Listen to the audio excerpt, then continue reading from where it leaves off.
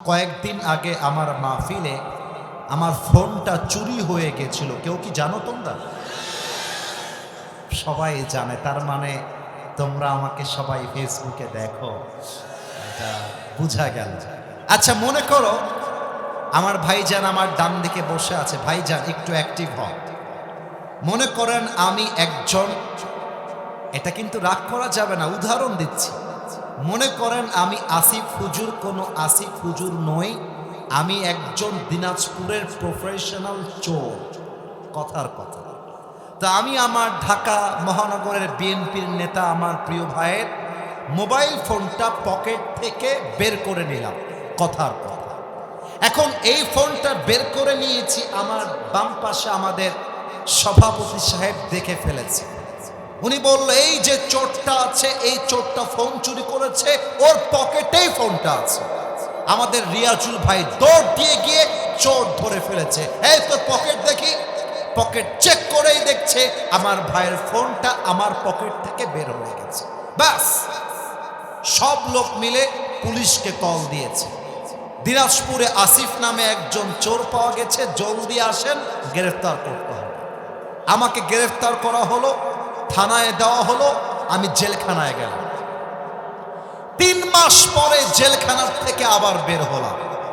বের হয়ে চিরির বন্দরের ভুসির বন্দরে একটা R15 চুরি করলাম, আবার ধরা খেলাম, আবার জেলখানায় গেলাম। 3 মাস পরে বের হয়ে কোনো একজন নারীকে রাস্তার মাঝে ইফতিজিং করলাম, আবার জেলখানায় গেলাম। আপনি যদি বারবার জেলখানায় যান আসেন, যান আসেন, যান আসেন, একটা পর্যায়ে গিয়ে কি হবে জানেন? আমার ভাই ভালো বুঝবে এবং যারা প্রশাসনের লোক আছে তারা ভালো বুঝবে। একটা চোর যখন বারবার জেলখানায় যায় আসে, তখন তার নামটা ব্ল্যাক লিস্টে চলে যায়। দাগি চোর, দাগি ডাকাত, দাগি আসামি। তার মানে কি, এই আসামি যদি জেলখানা থেকে মুক্তি পেয়েও যায়, তবুও পুলিশের চোখ তার দিকে থাকবে, কখন কি করে বসে। দাগি চোর, দাগি ডাকাত, দাগি আসামি। এবার আসেন আল্লাহর আদালত, কত দয়া, কত মায়া। আল্লাহ বলছে, আমার বান্দা জেনা করবে, পাপ বুঝার পরে ক্ষমা চাইবে, আমি আল্লাহ শুধু ক্ষমা করব তা নয়, বরং তার নামটা গুনাহের খাতার থেকে মুছে দিয়ে তাকে একটা নিষ্পাপ বাচ্চার মতো মাসুম বানায় ছেড়ে দিতে। সুবহানাল্লাহ পড়বেন না মিয়া? আল্লাহু আকবার।